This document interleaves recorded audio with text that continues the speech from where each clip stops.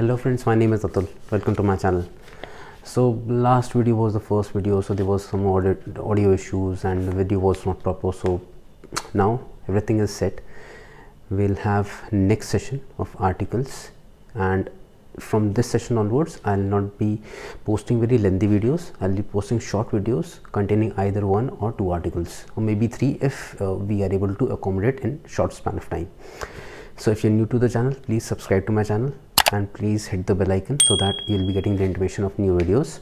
Also at the end of the session, if you like the video, please press the like button. So without wasting any time, let's get started. Looking at article number 5,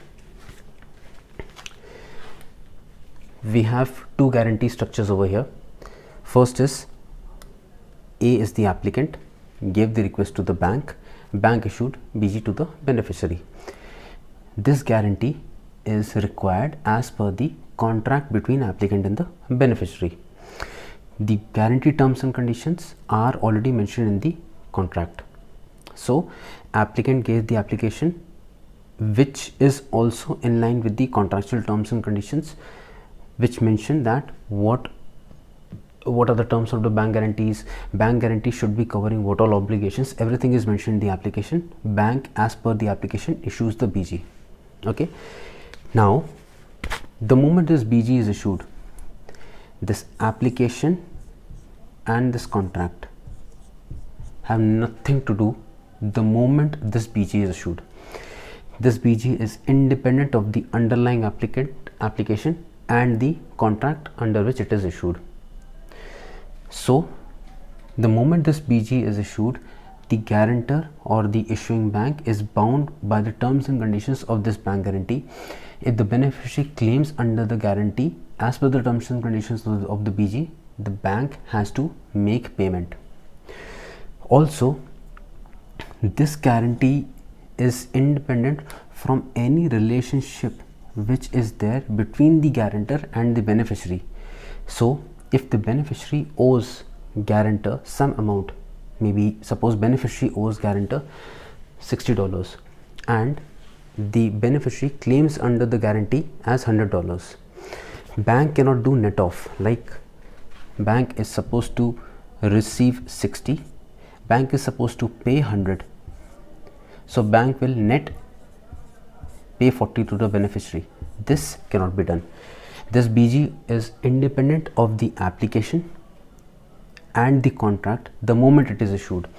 Even though the guarantee would be mentioning some details about the contract, the guarantee would be mentioning the contract reference, the guarantee will be issued as per the application, but the moment it is issued, it becomes an independent undertaking. Now let's see in case of counter guarantee how it works.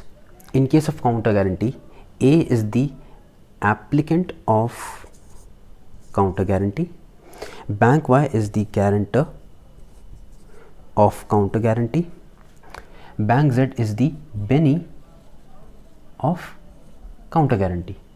Also, bank Y is the applicant of guarantee, bank Z is the guarantor of guarantee, and B is the beni of guarantee.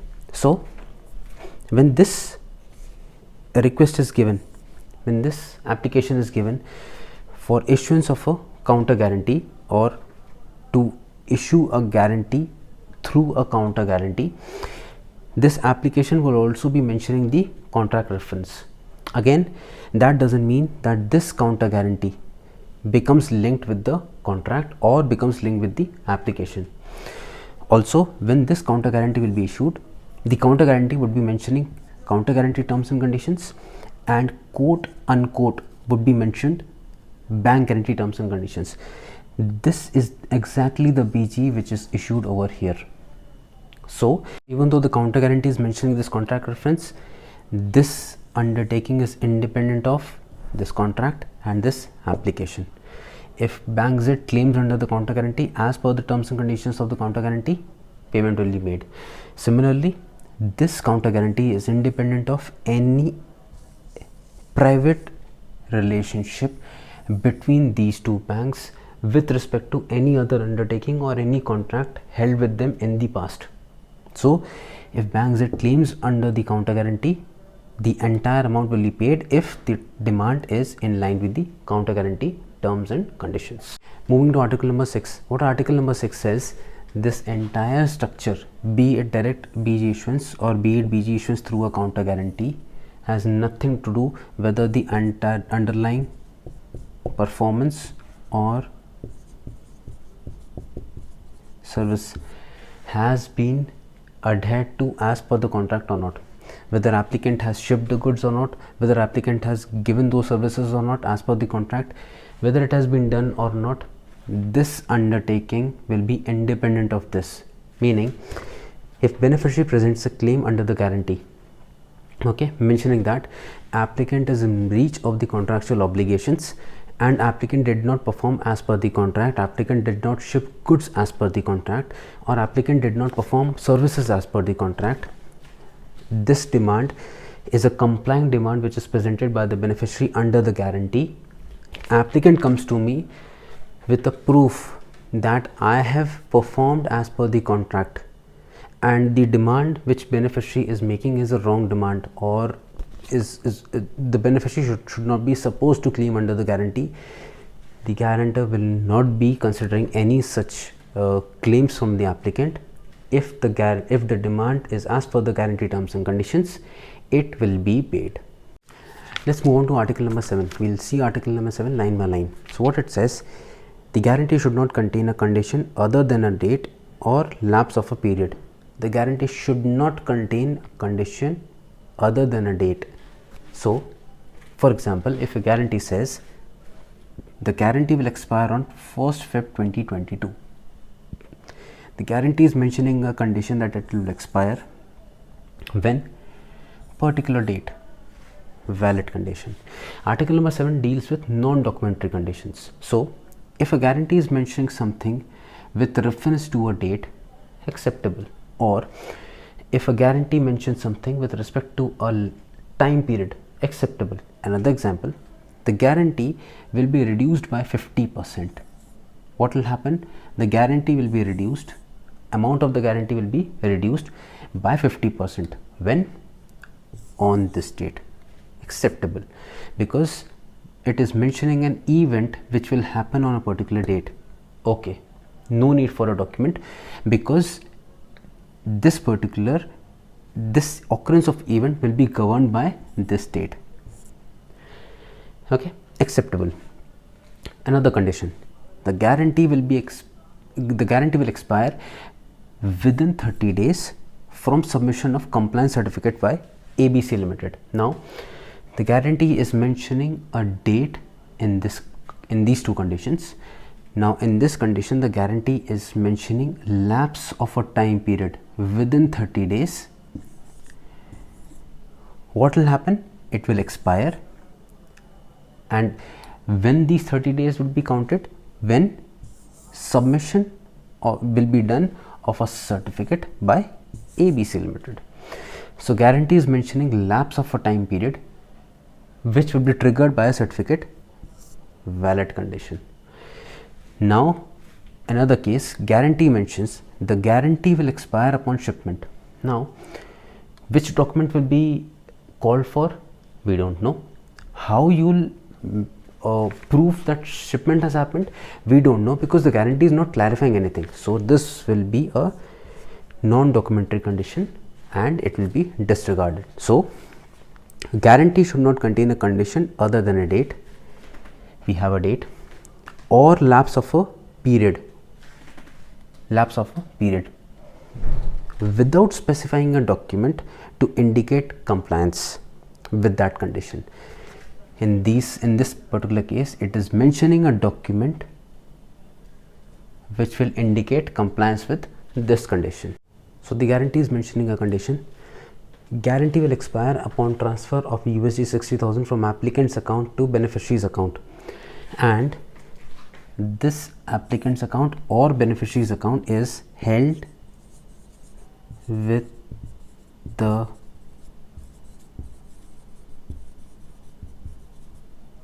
guarantor. then guarantor can see from credits or debits in those accounts. Those credit or debits will be having BG reference. So the guarantor can see from those credits or debits that this amount has been transferred by applicant to the beneficiary. So this will be termed as a condition which can be determined from guarantor's own records and will be a valid condition which will trigger the expiry of the guarantee. So first thing, if the guarantee mentions a particular date. Second, if the guarantee mentions lapse of a time period, okay, which will be triggered by a document. Third, guarantor's own records. Fourth is if an index is specified in the guarantee. Now how an index will be specified in the guarantee? Let's see. Last thing is through an index specified in the guarantee. How an index would be mentioned in the guarantee? We have this chart which is there in the guarantee text. What this chart says: date, final BG amount. This is the issuance. Issuance date is 1st Jan 21. The BG amount was $60,000. So the BG was issued on 1st of January with an amount of 60,000. This index mentions first reduction will happen on 5th Feb 21 and the BG amount will be reduced by $40,000 and the BG amount will be 20,000. This reduction is there as an index in the guarantee. So this will be a valid reduction clause. This will be a valid condition and will not be treated as a non-documentary condition, because this does not require any document to be presented. It is very clear from the guarantee terms and conditions. It is very clear from the index which is specified in the guarantee that on this date reduction 2 will happen, on this date reduction 1 will happen. On 9th March the guarantee final value will be 5,000. Okay, so this in this manner an index specified in the guarantee will be taken into consideration. Also, a guarantee can also mention any other link which can then refer to, or the guarantee conditions can say that the guarantor will refer to an external link to identify on that particular date what will be the guarantee amount. If the guarantor agrees to refer to that kind of a link and that link or details of how to find that link, how to find that index is mentioned in the guarantee terms and conditions, then also it will be a valid documentary condition and cannot be disregarded. Guarantor has to access that portal to arrive at the guarantee value. Another aspect of this clause is if there is any data which is required in the guarantee and a document which is mentioned in the guarantee is presented, the document should not mention any conflicting information with respect to what is required in the guarantee. So if the guarantee says the guarantee amount will be reduced by $20,000, a certificate to this effect will be presented by ABC Limited under the guarantee. Now ABC Limited presents a certificate under the guarantee and it says reduction amount and it mentions the reduction amount as $15,000. Guarantee says 20,000, the certificate says 15,000. Conflicting information, it will not be accepted. Okay, so with this we have completed article 5, 6 and 7.